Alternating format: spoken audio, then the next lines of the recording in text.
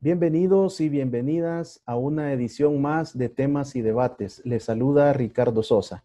En esta oportunidad continuamos explorando y analizando, generando opinión y conocimiento para usted, amigo televidente y cibernauta, sobre el crimen organizado transnacional, los efectos de la pandemia del COVID-19 y también haremos una revisión sobre las pandillas en el denominado Triángulo Norte de Centroamérica. Para eso, contamos con un invitado que para nosotros es un privilegio tenerlo en este espacio, el licenciado Juan Martínez Dawison, antropólogo sociocultural, investigador académico.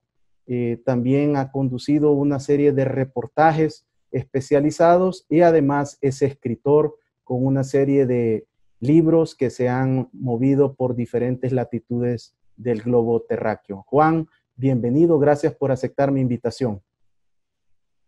Gracias, Ricardo, gracias por invitarme, por generar este tipo de espacios que yo creo que hoy más que nunca son importantes. Juan, hemos estado en otros programas siempre recurriendo a tus conocimientos, a tus investigaciones, a tus estudios. En esa dirección, ¿qué te motivó a estudiar antropología sociocultural en un país donde todavía ustedes están sembrando las bases para el desarrollo de una carrera tan extraordinaria como es la antropología? Mira, mi historia, la verdad, es probablemente una historia un poco atípica, porque yo empecé a la vez. Yo empecé teniendo claro el tema que quería estudiar, pero no la disciplina con la que lo quería estudiar. Yo siempre quise estudiar el tema de la violencia, pero concretamente el tema de pandillas, por varias razones. Me pareció que las explicaciones que se estaban dando y las explicaciones que teníamos disponibles a un tema que ya en los 90, cuando yo era adolescente, cuando entro a mi juventud, ya después del 2000, yo empiezo a la inversa, teniendo claro el proceso sociocultural que yo quería entender, que eran las pandillas y sobre todo la violencia en general. Antes de la violencia juvenil y las pandillas, la presencia de la Mara Salvatrucha y el Barrio 18 fueron fenómenos que de alguna manera acompañaron mi vida y la de mi generación. Es decir, yo empiezo a tener conciencia, digamos, a partir de los acuerdos de paz. Somos una generación que nuestros primeros recuerdos son los acuerdos de paz y coincide con el inicio de un nuevo fenómeno sociocultural que son las pandillas. Las pandillas y una serie de fenómenos que tienen que ver con la violencia. Entonces, yo no encontraba una explicación coherente de parte de la comunidad académica, que en ese momento giraba mucho en torno a la UCA, una comunidad académica, y los entiendo perfectamente, que más se habían enfocado en explicar la cuestión política y cuestiones asociadas al desarrollo. Por dos cosas. Uno, porque la política continuaba siendo el tema importante. Hacía muy pocos años la guerrilla se había vuelto partido político, el conflicto social se había vuelto un conflicto político. Y ahí se volcó todo el interés de los académicos, de los periodistas, de los funcionarios, de los pensadores, digamos, ignorando bastante este fenómeno como el que te digo, con el cual crecí, con el cual creció mi generación.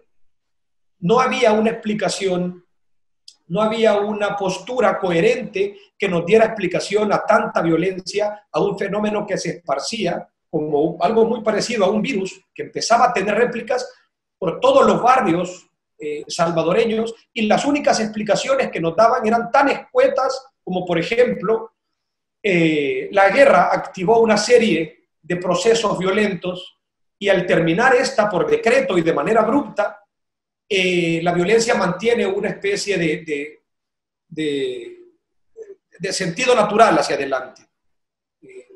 Es muy difícil despojar a las poblaciones de estas prácticas y de estas lógicas violentas y por lo tanto continúan por inercia. Esa es la palabra que estaba buscando. Nos decían que la violencia de pandillas y la violencia juvenil en general era por inercia, que como los 80 fueron muy violentos y los 70 también, al ya no haber motivaciones ideológico-políticas, la violencia continuaba como un proceso natural del cual ya no podíamos desprendernos. Vaya, esa me parecía una explicación pobre y me parecía una explicación perezosa de parte de la academia, perezosa. Luego habían posturas, por ejemplo, parecidas. Habían posturas un poquito más elaboradas, como la que decía que los procesos neoliberales que se estaban viviendo en los 90, que realmente fueron procesos muy intensos, materializados o encarnados en todos los procesos de las zonas francas, los recortes educativos, en general, la administración de Calderón Sol. Yo creo que estos procesos, si bien empezaron con las administraciones anteriores, Duarte y Cristiani, se materializaron muchísimo más con Calderón Sol. Entonces, habían algunas explicaciones que decían, estos procesos neoliberales generan tal nivel de desigualdad y tal nivel de ruptura social que por lo tanto genera este tipo de aberraciones, como son las pandillas, ¿ya? Esta palabra, este sentido de aberración, de algo que es muy difícil explicar, de algo que hay procesos que generan básicamente un tumor social, ¿ya? Básicamente un tumor social. Y en ese sentido me parecía también una explicación que iba siendo un poco más coherente, pero que seguía siendo una explicación en todo caso limitada. Sí creo que los procesos neoliberales, los procesos económicos desiguales, por supuesto que generan y han sido el caldo de cultivo de las pandillas, pero en todo caso era una explicación incompleta y una explicación ideologizada.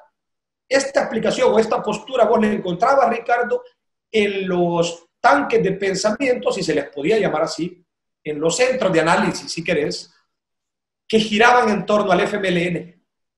Cuando el FMLN deja de ser guerrilla y se vuelve partido político, no solo se hace partido político, se construyen, y con este mismo material humano, si le quieren llamar de esta manera, se construyen toda una serie de organizaciones sociales que en su momento, fueron muy valientes y muy necesarias, pero que seguían girando en torno a un motor ideológico y seguían orbitando en torno al FMLN.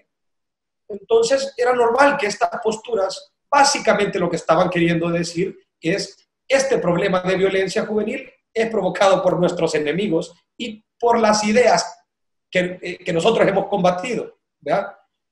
Las otras posturas, las de la derecha, las que giraban en torno a las organizaciones satélites del Partido Arena o de la derecha, lo que nos decían era que la formación de las guerrillas, de las diferentes guerrillas, y la lógica de la guerra de guerrillas había instaurado cierto tipo de lógicas y prácticas sociales que a su vez generaban pandillas, haciendo casi una línea entre las guerrillas y las pandillas.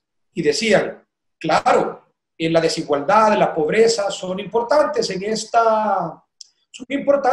este fenómeno, en este proceso, y esa pobreza y desigualdad se genera en gran medida porque la guerrilla destruyó puentes y destruyó la economía. No digo que en esa aseveración no haya algo de cierto. La guerra en sí misma, el proceso de guerra dejó la economía salvadoreña por el suelo.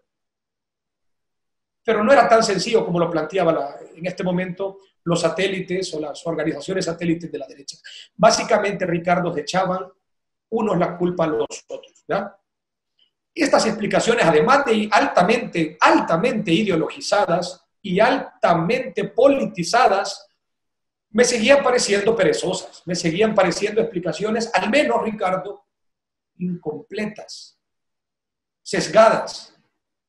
Nadie se había tomado en serio, mucho menos el gobierno. El gobierno básicamente ignoró estos procesos. Ignoró. Los 90 fueron, y es una lástima, porque en los 90 te encontrás muy pocos trabajos. Los pocos que hay son buenos. Por ejemplo, el trabajo de Ellen Moody, In the Aftermath of Peace, que es un trabajazo que explica esos momentos de los 90, y pocos más, algunos artículos, y pocos más que hablan sobre la violencia y la seguridad. Los 90 es una especie de edad media en la academia salvadoreña. No así para los temas de desarrollo.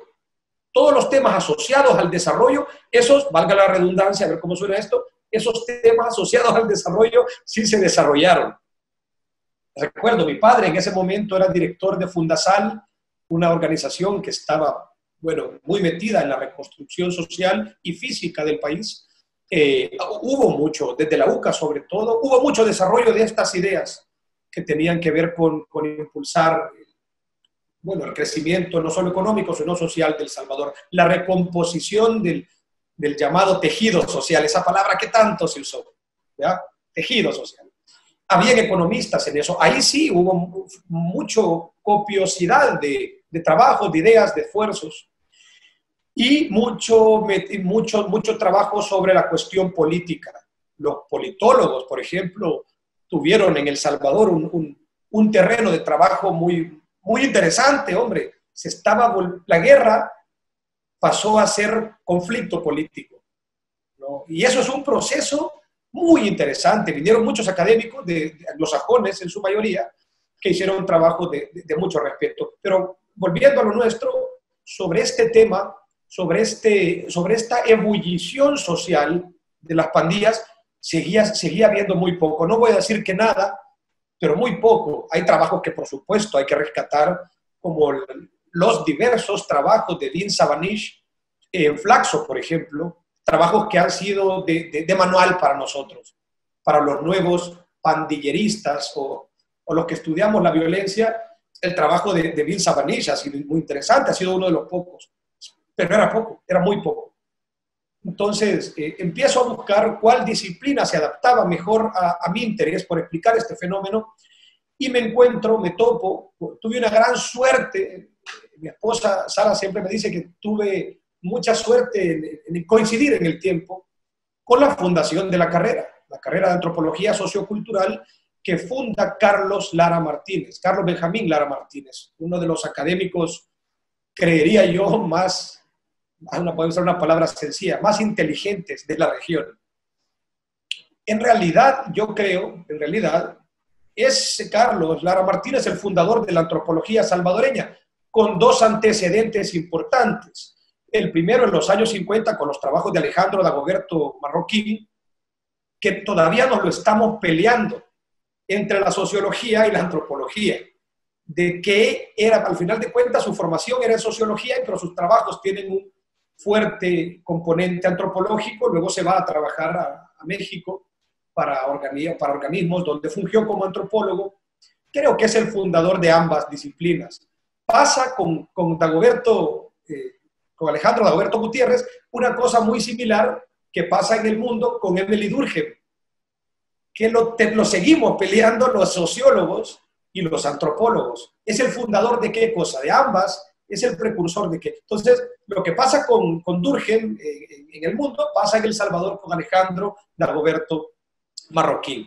Él empieza con esto. Él funda la disciplina, él funda la Academia de Sociología en la Universidad Nacional de El Salvador, pero luego por conflictos políticos tuvo que salirse de la Universidad de El Salvador. Buena medida porque no era lo suficientemente socialista.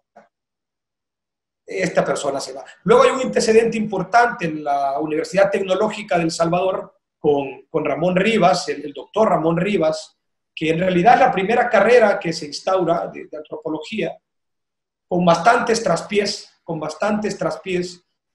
hasta llegar a la formación de la carrera en la Universidad Nacional de El Salvador por Carlos Benjamín Lara Martínez, que además logró en los primeros años, no sé si puedo decir lo mismo de estos años, creo que no, pero en los primeros años logró convocar a todo un staff de lujo y logró hacer, Carlos, una cosa maravillosa en El Salvador, que es hacer de una carrera, de una licenciatura, hacer básicamente una maestría. El formato de la carrera es un formato de maestría. Hombre, hacemos trabajo de campo durante un año, hacemos tesis. O sea, al final la carrera es una carrera de 6 años, donde nos pasamos un año haciendo trabajo de campo, asesorado directamente por los especialistas en los temas. Yo tuve la suerte de ser asesorado por Carlos Lara, y luego pasamos un año escribiendo la tesis. Eso es un esquema de maestría, por no decir muy parecido al doctorado, un lujo de carrera en esos años. Estoy hablando de 2005, 2006, donde estuvo acá el el arqueólogo, que ahora, por cierto, trabaja en National Geographic, Fabio Esteban Amador, la maestra Silvia Ortiz, el mismo Carlos Lara, y una serie de académicos que Carlos logró convocar. No todos pudieron quedarse, por la misma naturaleza de la Universidad de El Salvador, que es, digamos, muy poco amiga de la evolución académica. Pero en esos años creo que fue una carrera. Y eso es lo que, no sé si me extendí mucho en la respuesta, pero por ahí va la cosa, Ricardo. Juan, a mí me parece excelente que te hayas ampliado en tu respuesta porque le permite a los televidentes y cibernautas conocer la vida, la decisión, la historia de por qué ahora uno de los referentes de la antropología sociocultural toma esta decisión. Tengo que ir al corte, pero ¿encontraste la respuesta en la antropología sociocultural a lo que buscabas? Vamos al corte. Vamos a hacer un corte y al regresar conoceremos esta interesante respuesta de Juan Martínez Dawison y además su visión sobre el crimen organizado transnacional y las pandillas afectadas por el tema de la pandemia del COVID-19. Regresamos.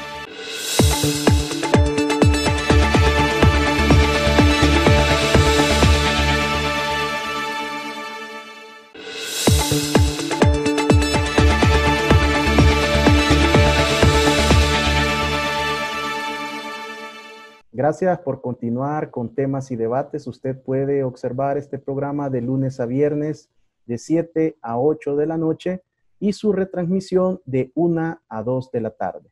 Puede sintonizarnos en señal abierta a nivel nacional en las principales cableras del país y a través de nuestras multiplataformas de redes sociales. En esta oportunidad damos continuidad al tema de los efectos por la pandemia del COVID-19 al crimen organizado transnacional y particularmente en la zona del Triángulo Norte a las pandillas.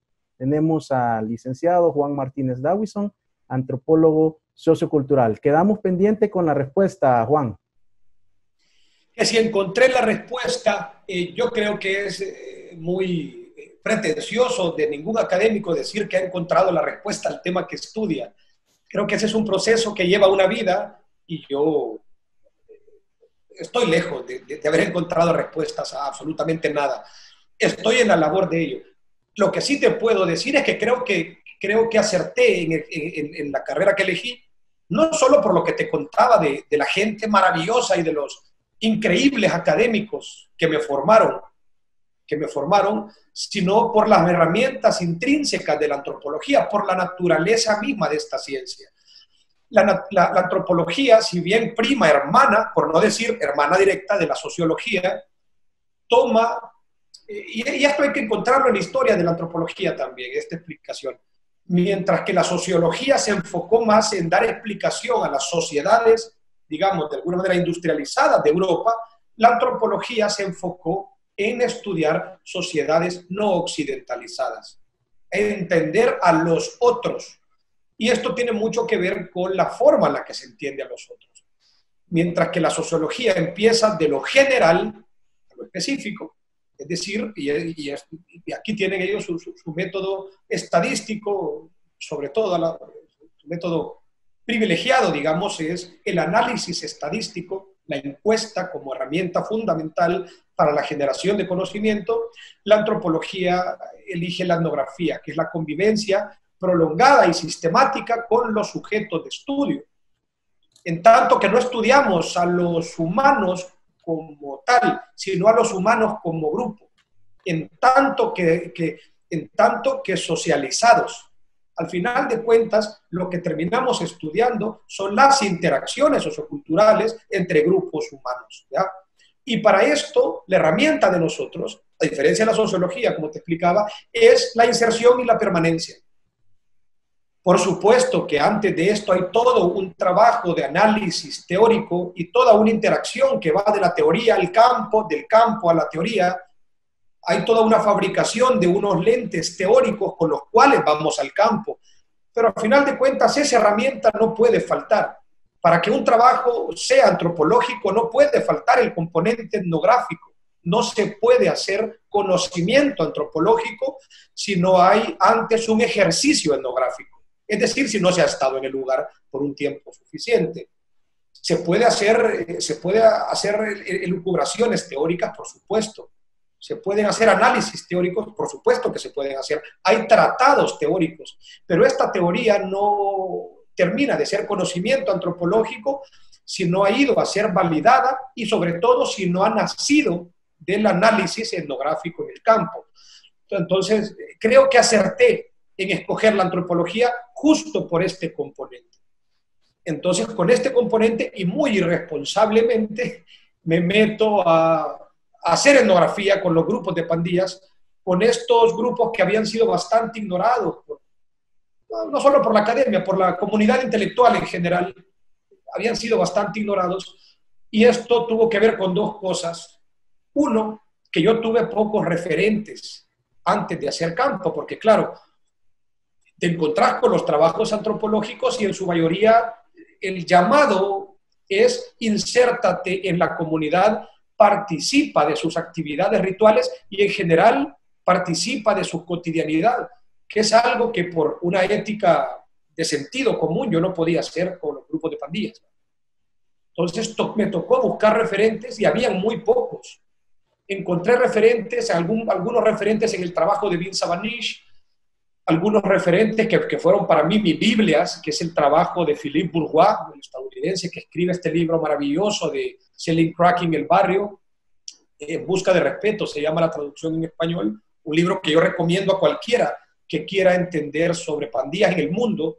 Philippe Bourgois es uno de los referentes, y por otro lado Dennis Royer, con quien ahora somos amigos.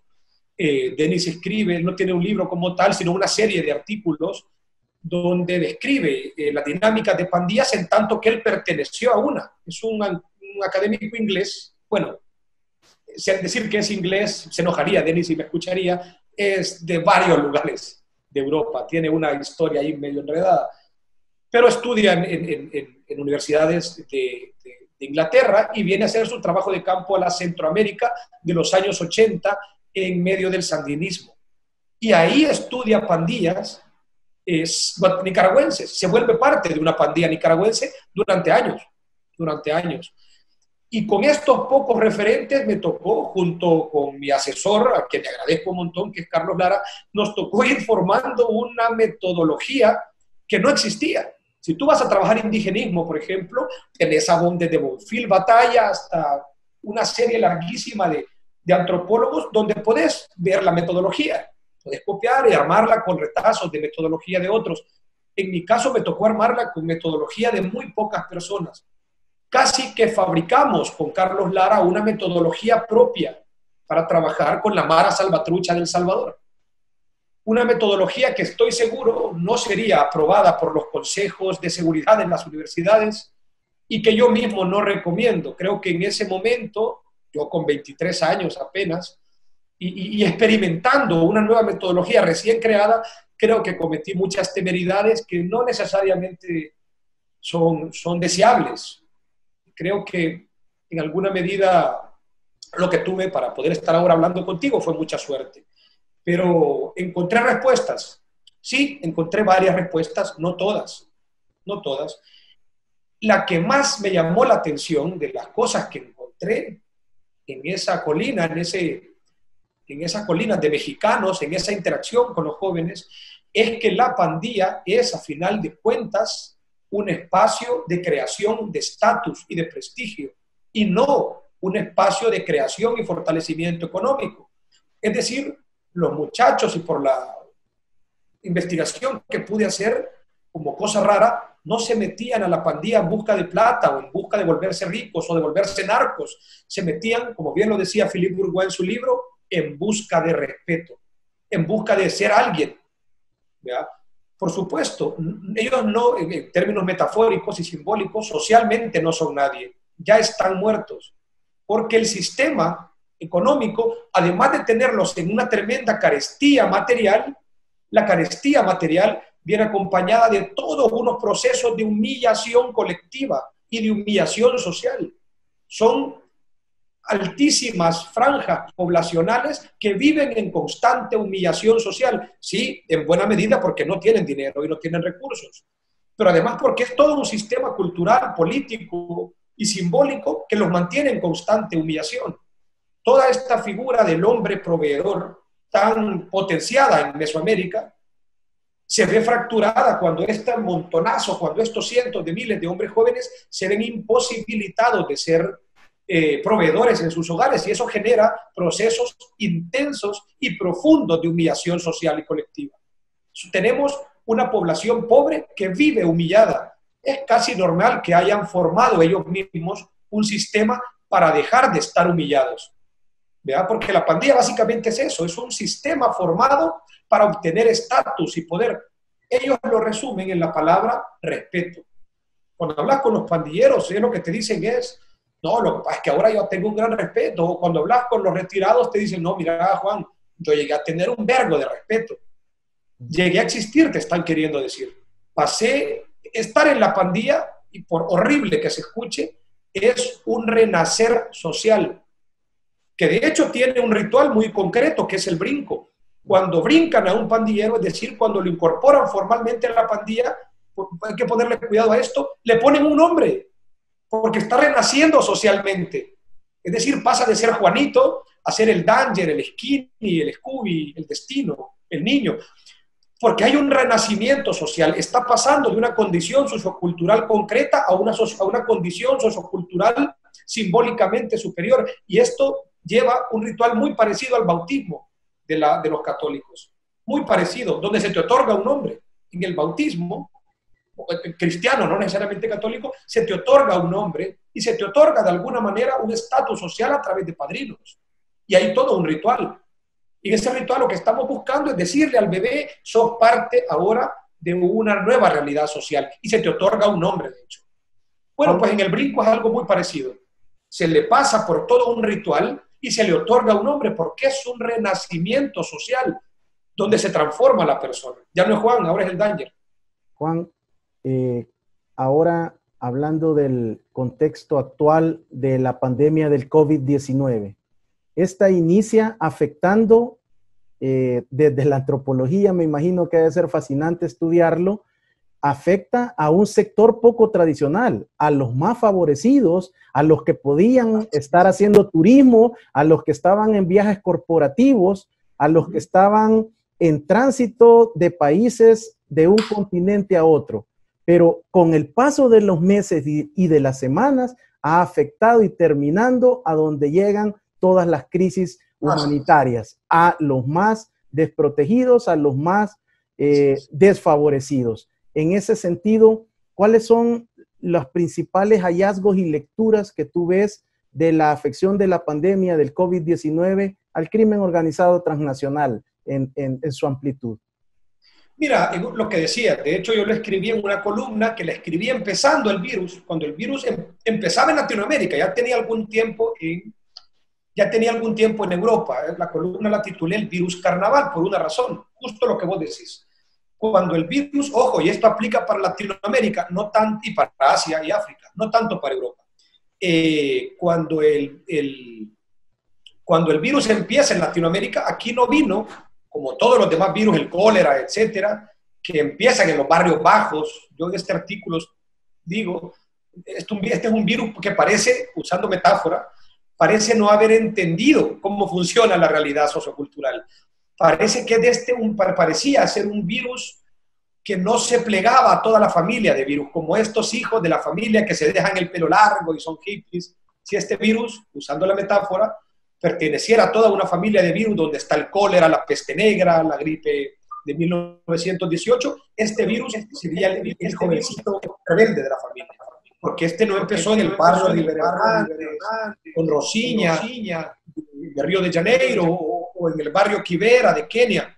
Este virus vino por avión, vino por gente, como tú decís, que estaba haciendo turismo. Por un momento muy pequeño, los roles sociales se invierten, y los sospechosos son la clase media y la clase alta.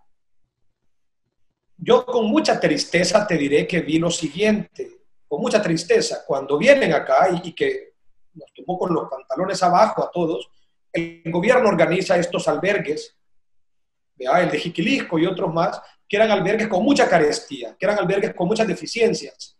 Ese problema se arregló súper rápido, porque la gente que estaba en albergues era gente que socialmente vale más. No son los primeros albergues de El Salvador, Ricardo. Aquí cada lluvia genera albergues, que son escuelas, centros comunitarios. Ahí no hay colchonetas y no hay nada, pero con eso nunca ha sido problema.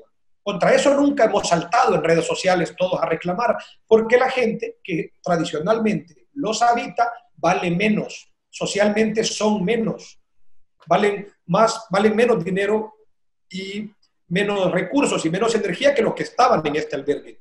Se les resolvió súper rápido porque la gente que estaba ahí era gente como tú y como yo, que tenemos más valor social, por triste que se escuche, y por eso se resolvió. Eso te habla de sociedades endémicamente racistas y clasistas. Endémicamente racistas y clasistas. Claro, era importante porque ahí estaba la clase media y la clase alta en esos albergues. Entonces sí resulta que es importante que en los albergues hayan las condiciones necesarias. Pero cuando era la gente de la Coyotera en Quesaltepeque, la gente de Vía de Jesús de Soyapango, cuando es la gente de la Málaga que siempre se les inundan las cosas y se ahogan, esos albergues históricos pues nunca se les prestó importancia. Es triste darte cuenta de esto. Otra cosa, si bien el virus empezó por arriba, por la clase media y la clase alta, tardó semanas en volverse un virus tradicional. Usando la misma metáfora, si hubiera sido este jovencito rebelde, revolucionario, en pocas semanas se cortó el pelo y se puso saco y corbata, porque empezó, como todos los virus, a golpear en los barrios marginales, en forma de dos cosas, en forma de hambre y en forma de enfermedad. Esos cuerpos de los pobres resistieron menos el embate del virus. Y esa gente además no tenía ni las condiciones educativas ni las condiciones materiales para pelear contra el virus en forma de cuarentena. No le podés pedir a alguien que tiene economía diaria, que se come mañana lo que trabajó hoy, que haga una cuarentena de 15 días. Porque los problemas físicos ocasionados por la falta de alimentos son más graves que el COVID. O sea, realmente no se los podés pedir. Entonces estaban en una desventaja terrible. Ahí están los hospitales ahora, al principio no, ahora están llenos de gente pobre de los barrios. Porque viven constantemente en unas condiciones que no les permiten pelear con el virus. Esa gente no puede estarse bañando en alcohol gel cada momento. No pueden aislar a un enfermo, en tanto que en las casas de las Margaritas viven 8 personas y tienen que volver la sala un cuarto por las noches. ¿Cómo le pedís a gente que aíslen a un enfermo en la casa? No tienen otras propiedades para mandarlo a pasar la cuarentena a la playa o a la casa de campo o al apartamento que alquilan. No tienen. Les toca estar ahí y enfermarse.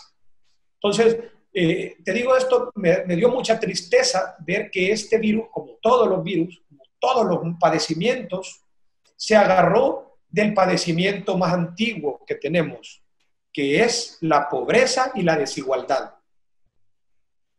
Juan, ahora, llegando ya al denominado Triángulo Norte de Centroamérica, ¿cuál ha sido el impacto a nivel de la pandilla? Cualquiera sea su denominación, y cómo esta pandemia ha modificado o no la conducta y sobre todo el accionar dentro de la comunidad. Me interesa tu lectura en cuanto a lo que hemos observado y conocido de que en el territorio la pandilla se convirtió en el Estado, proveyendo alimentos, paquetes alimenticios, estableciendo reglas y normas de conducta. Mira, varias cosas con esto, y no solo en el Triángulo Norte, esto lo podemos extrapolar a otros lugares, incluso de África. La pandemia lo que ha hecho es descubrir cosas que ya estaban. Hace un ratito estaba hablando de este mal endémico que tenemos acá, que es la desigualdad. Bueno, la pandemia la descubrió más. La corrupción, bueno, el gobierno de Nayib Bukele ha resultado, con esta pandemia se han descubierto casi un caso semanal de corrupción. Problemas que ya estaban, realidades que ya estaban, la pandemia las descubrió, la pandemia las hizo más evidentes. El control de los grupos al margen del Estado, llámese primer comando de la capital de Brasil, llámese Mungiki Gang en Kenia, en el barrio Kibera, llámese Mara Salvatrucha o Barrio 18 Revolucionarios, llámese cárteles del narcotráfico en el norte de México, ha develado que ya tenían un poder muy grande y que ya eran una presencia de prestigio y de poder en las comunidades y en los pueblos, ¿ya? Entonces, ante la crisis, en este caso una crisis sanitaria y económica, ante la crisis ese poder quedó más evidente y quedó en evidencia otra cosa que muy raras veces se ha querido entender. Todos estos grupos que te mencioné, Comando Vermelo, primer comando de la capital, la Mungiki, los diferentes grupos del cártel en México, las pandillas del norte centroamericano, se han querido entender, porque es más fácil, solamente como grupos criminales, que lo son. Pero es más fácil entenderlos solo como grupos criminales que como grupos sociales, enquistados en las comunidades a las cuales pertenecen, porque eso es más complejo y más caro y además a largo plazo. Los gobiernos han insistido en esto nuevamente con una gran pereza y yo creo que con mala intención, porque si se entienden estos grupos que mencioné solo como grupos criminales, básicamente lo que hay que hacer, reduciéndolo quizás un poco al ridículo, pero básicamente lo que hay que hacer es meterles un tiro, porque son grupos criminales. Y el tiro es más barato que los programas sociales a largo plazo. Entonces, si se les entiende como un programa, como problemas sociales, como grupos enquistados en sus comunidades, entonces es más caro, el problema es más complejo. Ha sido más rentable venderlo solo como grupos criminales y estas crisis lo que nos dejan ver es que están equivocados. Estos grupos parten de las comunidades y son, a su vez, parte importante de las comunidades. Son el doble Estado. La gente a la hora de la cuarentena en los barrios, y ahí les recomiendo mucho el material que escribió mi colega Brian Avelar en revista Factum, la gente sí escuchaba los mensajes del presidente Nayib Bukele en las cadenas, pero tenía el otro ojo puesto en lo que iba a decir el palabrero. Sí, por supuesto que el poder del gobierno es muy importante para la gente en las comunidades, pero también el poder de la pandilla. La gente, en este caso, vivió esa ambivalencia, ese doble Estado que existe en El Salvador, ese doble referente de poder. Por un lado, el Estado oficial y por un lado, el poder local, que el poder local lo tiene la pandilla. Yo siempre insisto, Ricardo, y no quisiera yo extenderme mucho más en esto, pero el poder local en El Salvador se divide en 3 estamentos, muy claros además.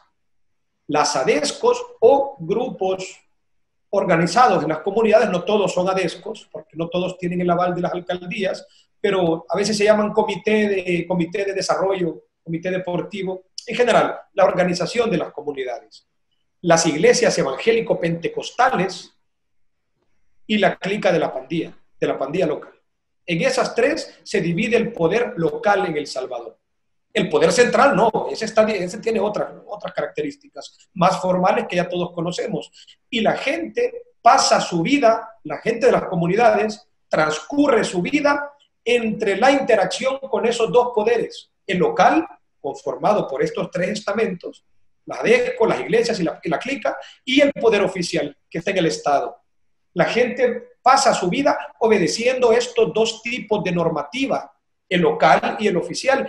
Y muy pocas veces estos 2 poderes han caminado en el mismo sentido. En la pandemia es una de esas pocas veces en donde ambos grupos de poder estaban haciendo un esfuerzo por mantener a la gente en las casas. Y fue muy interesante ver cómo fue más efectivo el de la pandilla que el del gobierno central. Juan, las pandillas ya tenían presencia y poder en el territorio, pero estos ya casi 5 meses que llevamos entre el confinamiento domiciliario y la paralización de la economía, ¿les ha brindado más poder o les ha disminuido, en tu opinión? No, hemos notado más su poder. El poder ya estaba ahí. Yo creo que no se ha debilitado ni se ha incrementado, se ha hecho más evidente, porque las crisis develan las cosas que ya están, ¿no? Es como cuando hay una inundación, ¿no? Que el mar saca las cosas que ya tiene, no es que las creó, es que las saca, ya estaban ahí. Entonces creo que se ha vuelto más evidente, pero no más fuerte. Y creo que más o menos ustedes en la investigación que tienen con Roberto, creo que más o menos se han dado cuenta de esto. El poder ya estaba ahí, ahora se nota más, pero ya estaba. hay un dato muy interesante que a mí me sirve como un elemento de análisis importante. La economía criminal, fíjate qué cosa más grave esta. La economía criminal siempre se entendió como algo aparte, como un universo paralelo a la economía formal. Las economías están íntimamente relacionadas. La economía criminal o informal, si lo querés ver así, pero más concretamente la economía criminal, está íntimamente ligada a la economía formal. Es decir, si hay un desarrollo económico fuerte en una región, hay que esperar que el desarrollo de la economía criminal también crezca. Y por el contrario, si hay una depresión económica en una región concreta, también los grupos criminales y su economía se va a deprimir, sobre todo una como la del Triángulo Norte, que es una economía criminal directamente parasitaria, con algunas excepciones en Honduras, sobre todo en la costa, y en Guatemala, donde sí están muy metidos en el tráfico de droga. En El Salvador, la economía de las tres pandillas es una economía directamente parasitaria. ¿Y con esto a qué me refiero? Que el 90%, ojo, estoy hablando sin datos en la mano, pero digamos la mayor parte, para no poner porcentajes, la mayor parte, casi la totalidad de sus ingresos vienen de la extorsión directa, de negocios. Por lo tanto, como tienen esta característica parasitaria, si estos negocios dejan de ingresar dinero, la economía criminal se ve colapsada porque dejan de recibir. Y ahí, aunque vayan y maten a la persona del negocio, no les va a dar, no porque no quiera, sino porque no tiene. Todas las pandillas dejaron de cobrar extorsión, al menos en los primeros 3 meses, sí, pero no porque lo hicieran por una política empática con la sociedad salvadoreña, sino porque aunque cobraran no les pagaban, punto. Además, porque la presencia militar y policial era muy fuerte y dificultaba el cobro, a nivel operativo, el cobro de la extorsión. Aquí hay un punto que quizás lo hablamos en otra ocasión, que también es un elemento importante para el análisis. En El Salvador algo sucedió entre la interacción entre el gobierno y la Mara Salvatrucha, que ocasionó que en un fin de semana tuviéramos 80 muertos. Esto no está investigado, va a ser un tema de mucha investigación en los próximos meses, pero eso te quiere decir algo. Al menos a mí me parece que es importante y me refleja algo. En el tiempo donde toda la Fuerza Armada y toda la policía salvadoreña, digamos, todo el aparato estatal estaba en las calles, teniendo el mayor grado de control territorial que han tenido en años, en décadas. Estaban realmente en todos lados las patrullas y los militares. El discurso oficial venía vendiéndonos a las pandillas como debilitadas porque ha habido una reducción bruta de homicidios, una reducción muy dramática de homicidios. Y el Estado pasó varios meses diciéndonos, el gobierno, la administración Bukele, que eso se debía al control territorial del Estado y a estructuras criminales cada vez más deprimidas.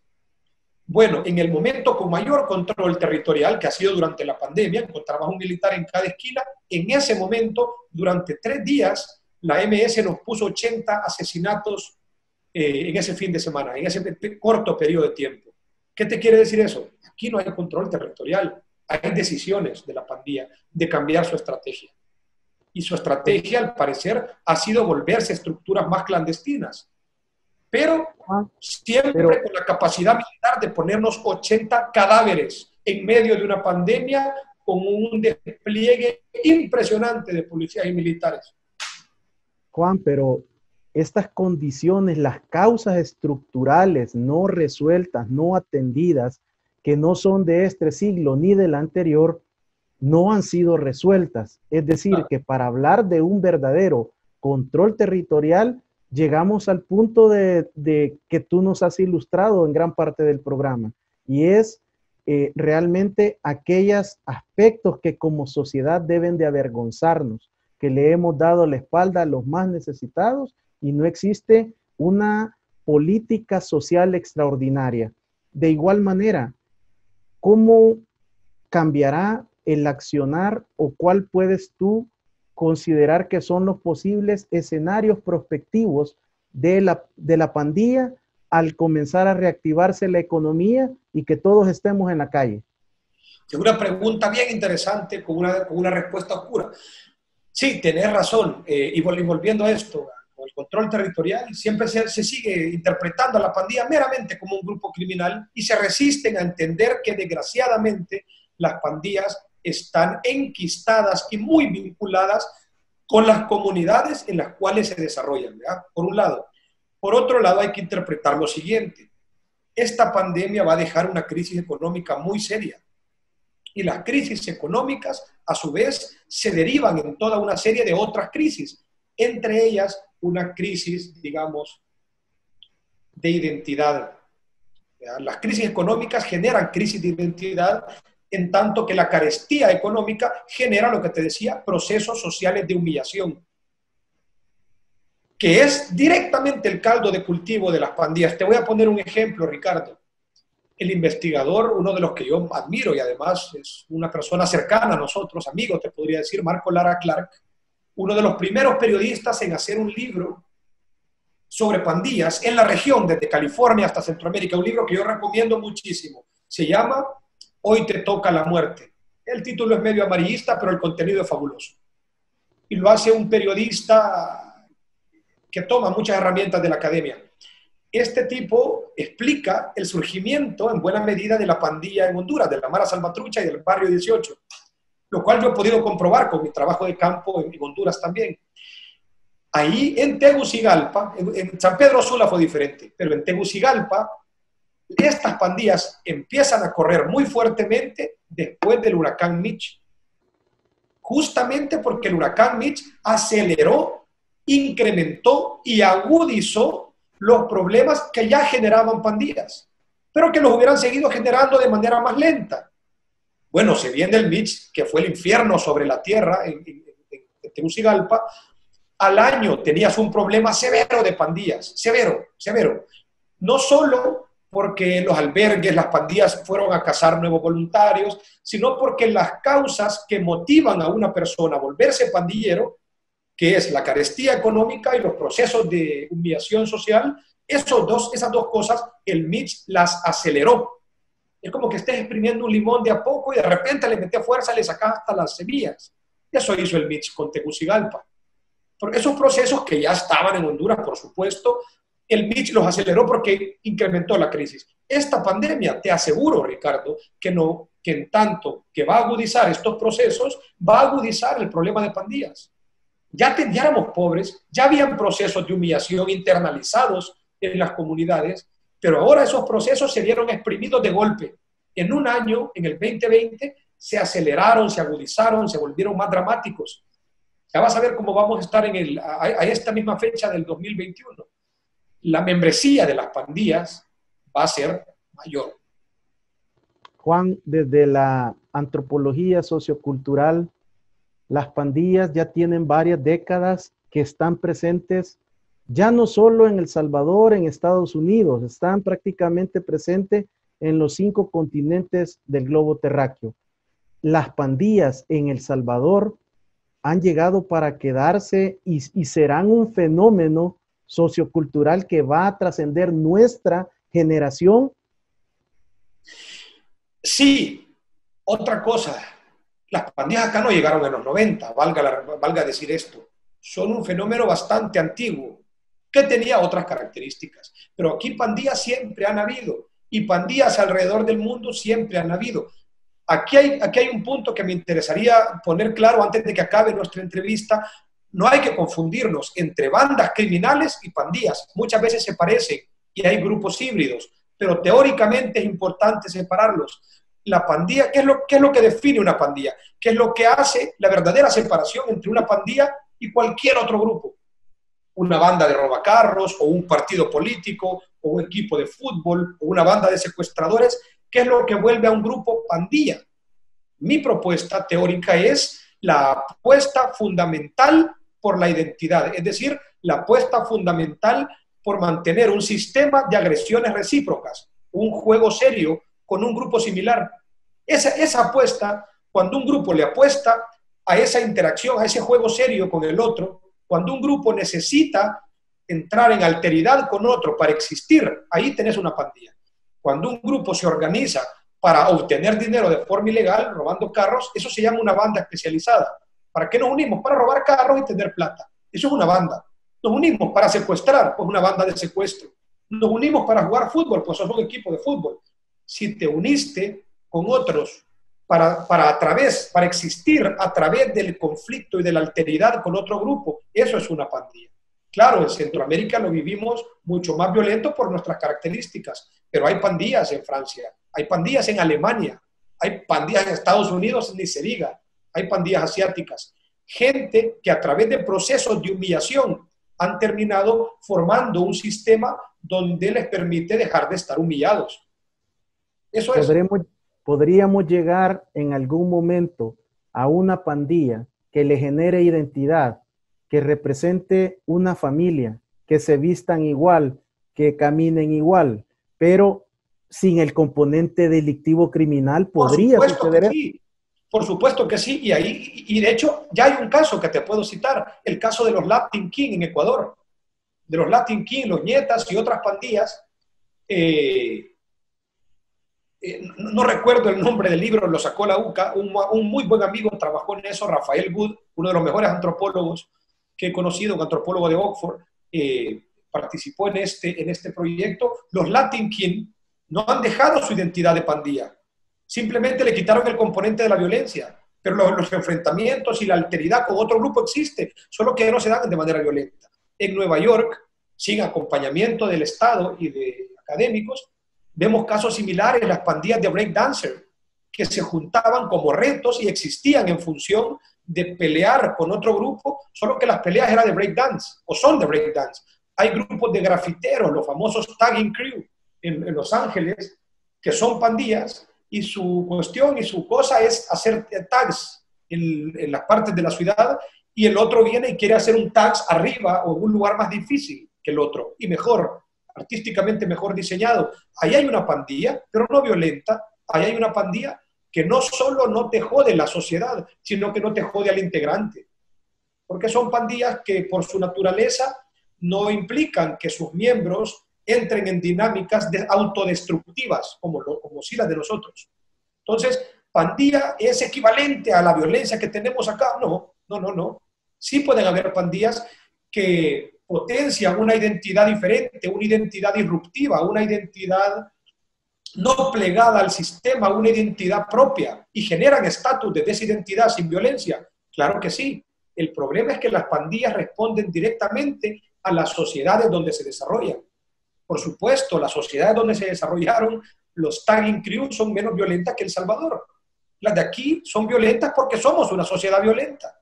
Las de Francia son menos violentas porque Francia es una sociedad con valores menos violentos. Eso hay que entender. No podemos esperar una pandilla de tagging crew que anden bailando breakdance o poniendo grafitis en El Salvador. Eso no lo podemos esperar. Porque las pandillas no vienen en una nave espacial, se forman en el seno del país. Y de esos valores, maman hasta crecer. Juan, el tiempo se me ha terminado, pero ¿cómo va tu libro del trabajo de la última investigación que desarrollaste en Honduras? ¿Lo tendremos pronto? ¿Has aprovechado este periodo de receso para poder avanzar y terminar de darle las últimas pinceladas? Me ha costado mucho concentrarme, Ricardo. El ruido de afuera, las cosas que como sociedad tenemos que hacer. Con mi familia nos pusimos en pro de conseguir víveres, repartirlos, de cuidarnos como familia, de estar pendientes de las noticias. Es mentira, no he podido avanzar lo que he querido.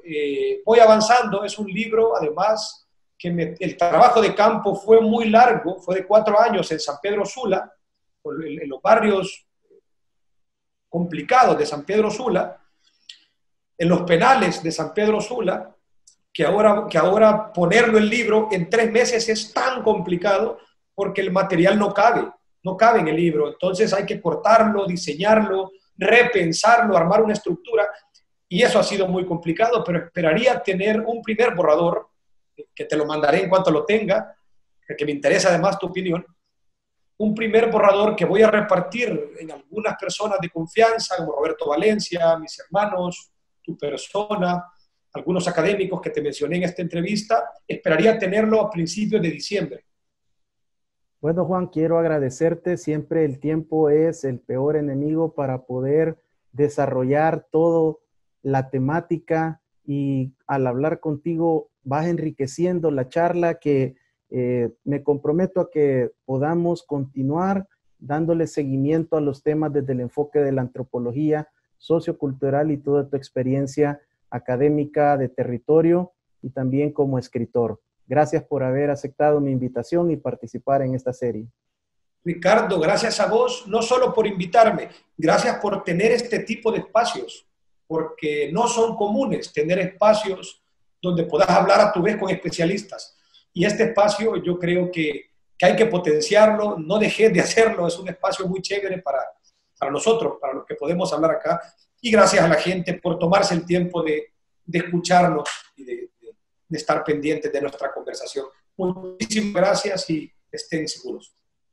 Ha sido el licenciado Juan Martínez Dawison, antropólogo sociocultural, escritor e investigador académico, quien nos ha compartido su opinión y parte de sus últimos estudios y balances sobre la pandemia del COVID-19, el crimen organizado transnacional y las pandillas en el Triángulo Norte. Muchas gracias. Bendiciones.